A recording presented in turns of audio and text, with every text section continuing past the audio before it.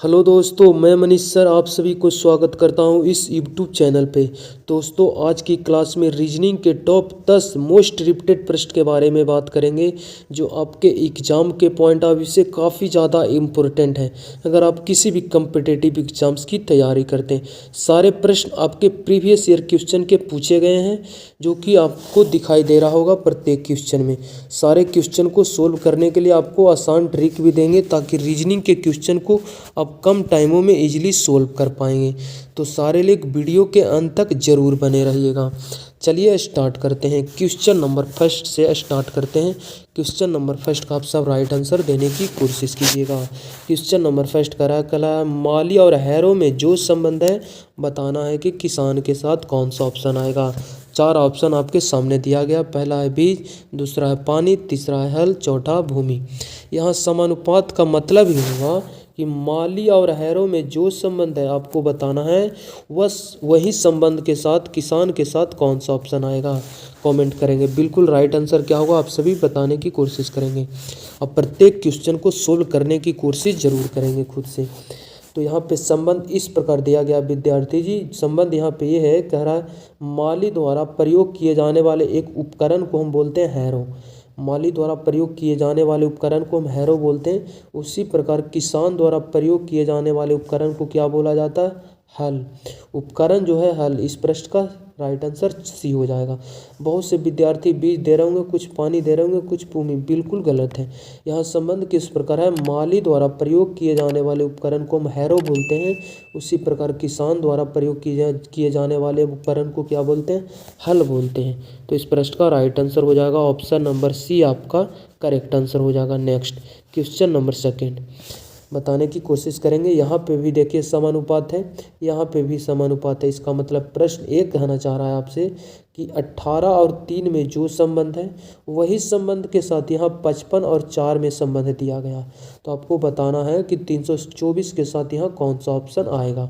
चार ऑप्शन आपके सामने दिया गया है।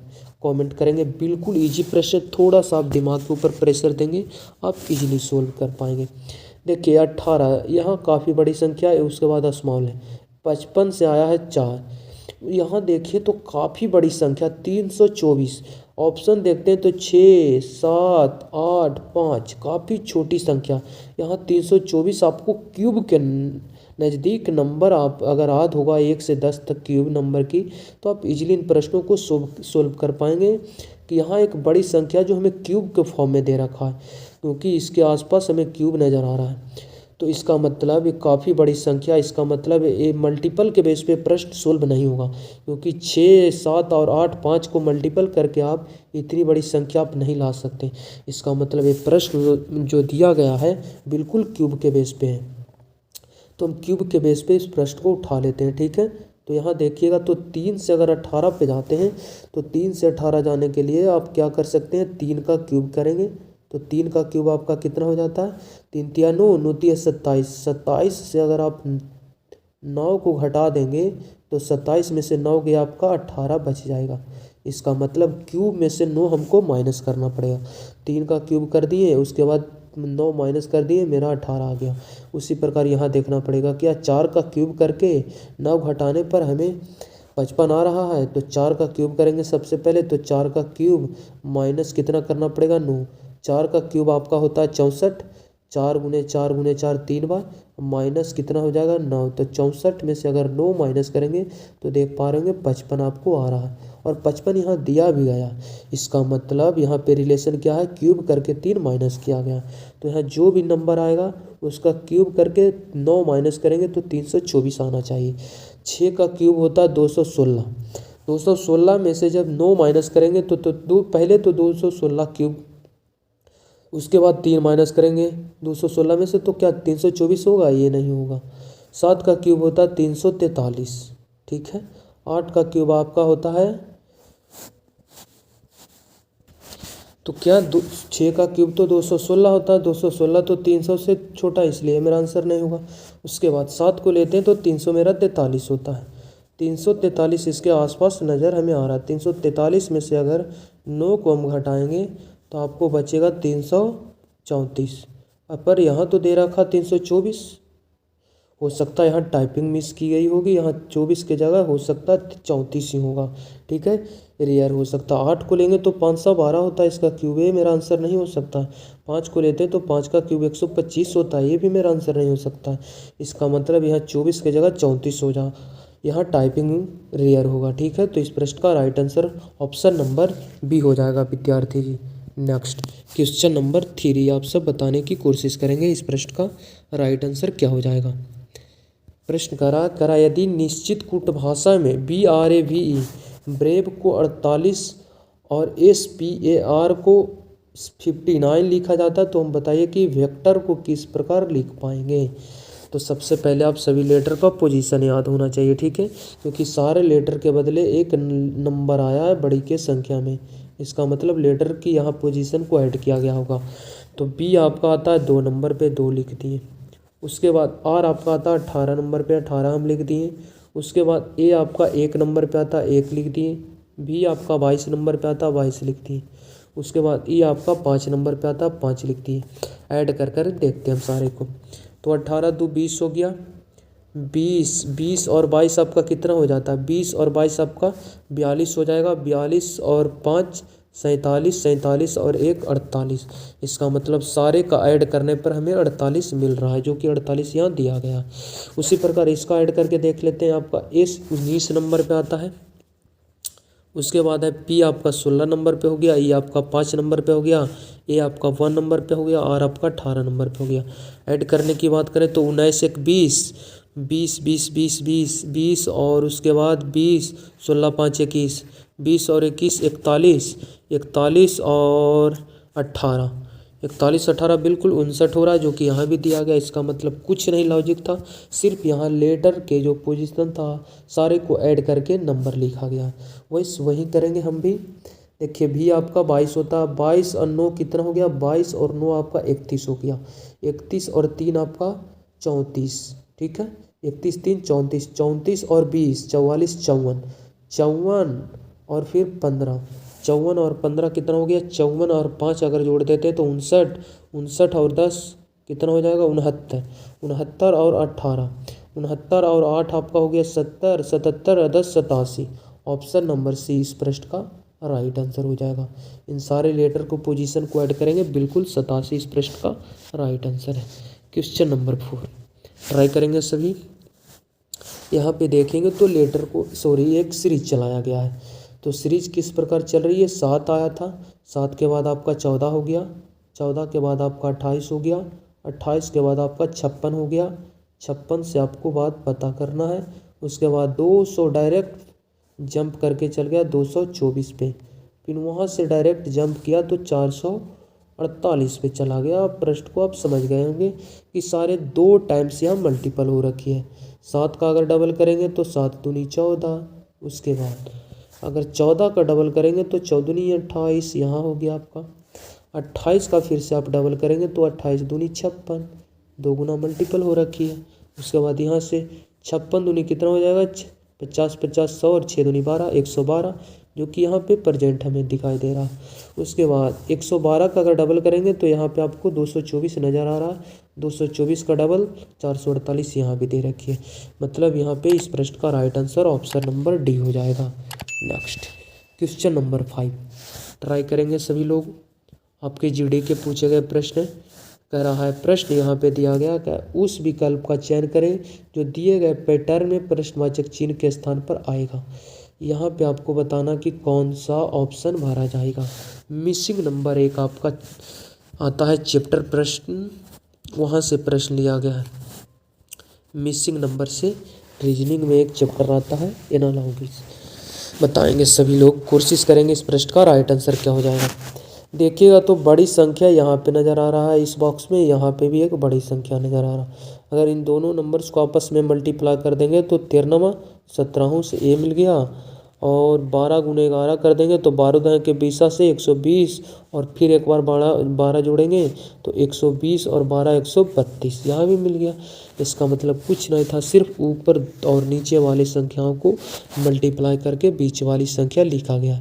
तो हम इन दोनों को मल्टीप्लाई कर देंगे तो 52 से हो जाएगा, 54 से 100। ऑप्शन नंबर बी में दे रखी है, तो इस प्रश्न का राइट आंसर हो जाएगा ऑप्शन नंबर बी, बिल्कुल राइट आंसर है।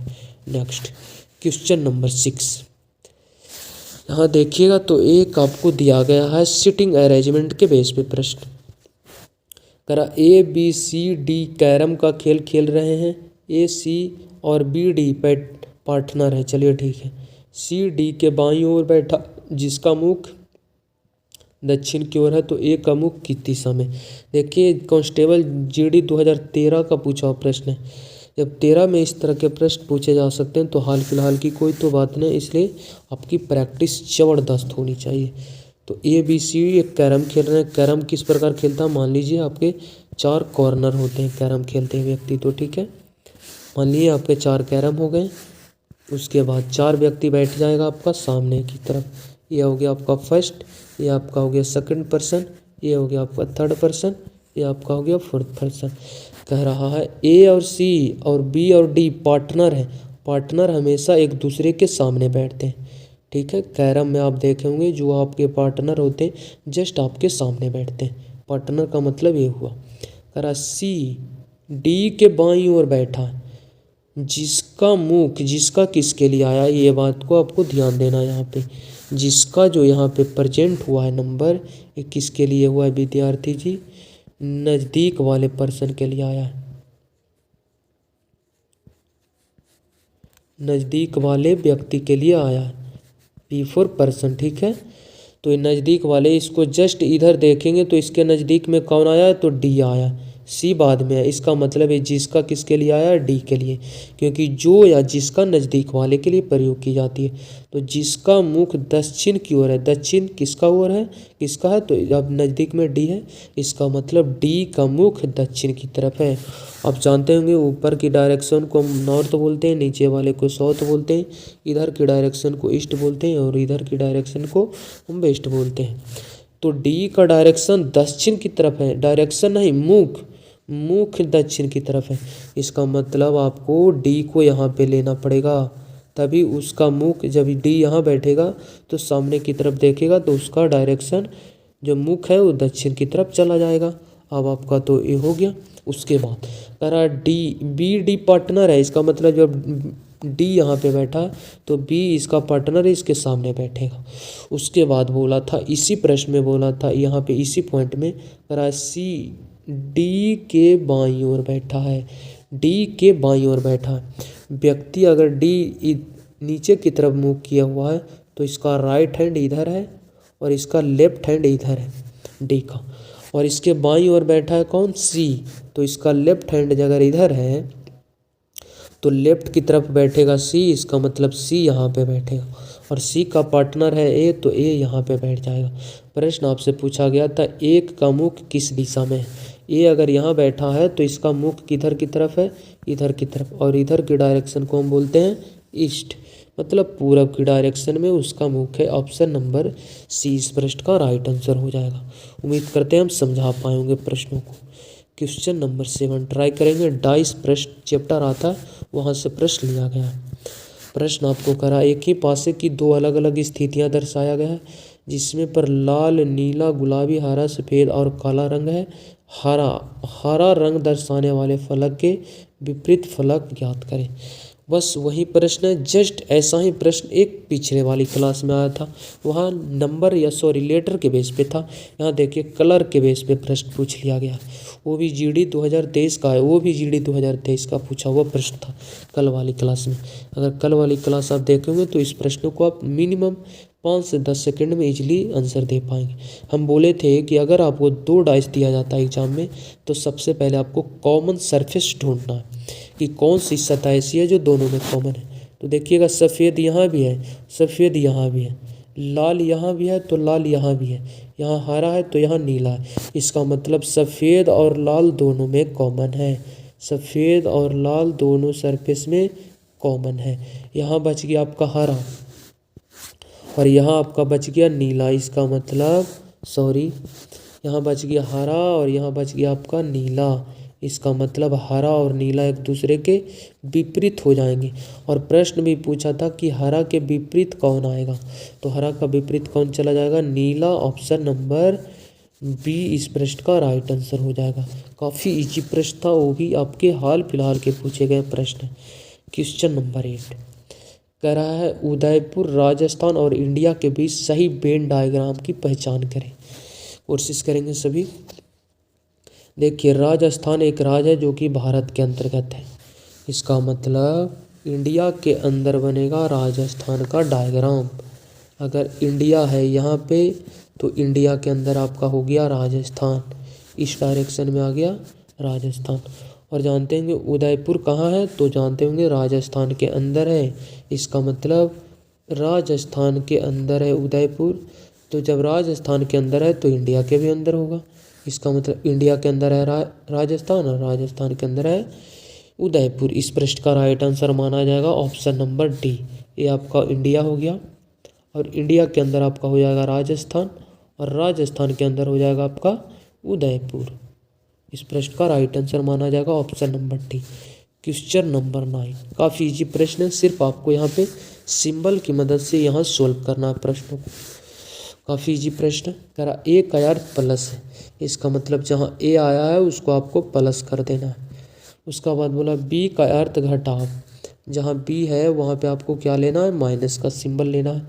सी का अर्थ गुना, जहाँ सी आया उसको आपको किससे डिनोट करना है, गुना से। और डी का अर्थ भागा, जहाँ डी आया उसको आपको क्या लेना है, डिवाइड करना है। अब सोल्व कर दीजिए समीकरण को। करा दिया निम्नलिखित व्यंजक का मान ज्ञात करें।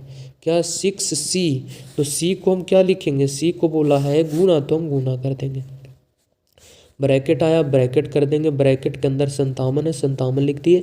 उसके बाद आया है b, तो b थोड़ी लिखेंगे, b का सिंबल दिया है माइनस तो माइनस लिखेंगे 8, ब्रैकेट को बंद कर देंगे। फिर आया d, तो d को बोला भागा तो हम भागा करेंगे। उसके बाद आया 7, तो हम 7 को एडजस्ट कर देंगे। उसके बाद 7 के बाद आया b, तो b को बोला माइनस तो माइनस लिखेंगे। कितना हो जाएगा, 32 हो जाएगा आपका। उसके बाद आया a का मतलब बोला गया प्लस, तो हम प्लस कर देंगे 9। अब इसे आप सोल्व कर लीजिए। आप जानते होंगे बोर्ड मास की क्रिया पढ़ेंगे तो आप जानते होंगे सबसे पहले क्रिया ब्रैकेट वाले की होती है, उसके बाद का वाले की होती है, उसके बाद फिर भागा वाले की क्रिया होती है, फिर गुना, उसके बाद फिर जोड़ की होती है, फिर लास्ट में माइनस की क्रिया होती है। तो ब्रैकेट तो हमें नज़र आ रहा है, तो सबसे पहले क्रिया हम ब्रैकेट वाले की करेंगे। तो 57 में से 8 जाएगा तो आपको कितना मिलेगा, 49 मिलेगा। 49 हो गया यहाँ पे। उसके बाद फिर क्रिया किसकी होती है विद्यार्थी, आप सब जानते होंगे, फिर क्रिया होती है भागा की। तो भागा की क्रिया होती है, तो इसमें पहले भाग दे देंगे, तो 7 से 49 बार में भाग चला जाएगा, कितने बार में, 7 बार में भाग चला जाएगा। उसके बाद फिर क्रिया किसकी होती है, मल्टीपल्स की होती है। मल्टीपल्स कहाँ नज़र आ रहा है आपको, यहाँ पे। इन दोनों को हम गुना कर देंगे तो 42 हो जाएगा। यहाँ पे 42 माइनस 32 प्लस का 9। उसके बाद क्रिया होगी जोड़ की, जोड़ यहाँ पे है जोड़ यहाँ पे है, तो 42 और 9 कितना हो जाता है आपका जाकर 51। उसके में से माइनस करना है 32, तो माइनस करेंगे 32 तो कितना मिलेगा, 11 में से 2 चला जाएगा 9, यहाँ बच गया 4 में से 3 चला जाएगा 1। 19 मेरा राइट आंसर होगा, ऑप्शन नंबर डी इस प्रश्न का राइट आंसर हो जाएगा। ठीक है, सिर्फ आपको समझाने में इतना वक्त लग रहा है। अगर आप इन चीज़ों पे कमांड करेंगे, प्रैक्टिस करेंगे, तो आप प्रश्न को यहाँ लिखने की ज़रूरत ये सारे नहीं है। आप डायरेक्ट यहाँ पे धर कर डायरेक्ट यहाँ से कैलकुलेशन आप इजीली तरीके से कर लेते हैं। यहाँ पे जैसे यहाँ पे आया था माइनस, सबसे पहले माइनस कर देते हैं, हम जानते हैं पूरा की काम होगी 49 आ गया। अब फिर यहाँ पे भाग आया तो इसको हम भाग दे देंगे, 7 बार में भाग चला जाएगा, इन दोनों को गुना कर देंगे और इसमें ऐड हो जाएगा और इसको हम घटा देंगे। काफ़ी ईजी हो जाएगा आपको समझना, बशर्ते आपको कमांड होनी चाहिए, प्रैक्टिस ज़बरदस्त होनी चाहिए। क्वेश्चन नंबर 10 आज का लास्ट क्वेश्चन। प्रश्न आपको कह रहा है नीचे दिए गए चित्र में कितने त्रिभुज हैं, ट्रायंगल्स कितने हैं जो आपको काउंट करने हैं, काउंट करेंगे सभी। देखिए, एक आपको यहाँ पे लॉजिक हम समझाने की कोशिश करते हैं, एक आपको हम यहाँ पे ट्रिक बताए होंगे या कहूँ भी आप पढ़े होंगे तो बताया गया होगा कि अगर चतुर्भुज के अंदर दोनों विकर्ण चारों कोना पर आकर मर्ज हो रही है तो ट्रायंगल्स की संख्या हम डबल कर देते हैं काउंट करके। ये हमें पहला ट्रायंगल नज़र आ रहा है, ये दूसरा आपका, ये आपका तीसरा, ये चौथा। इसका मतलब टोटल 4 ट्रायंगल है, तो हम 4 का डबल कर देते हैं। ये ट्रिक कहता है।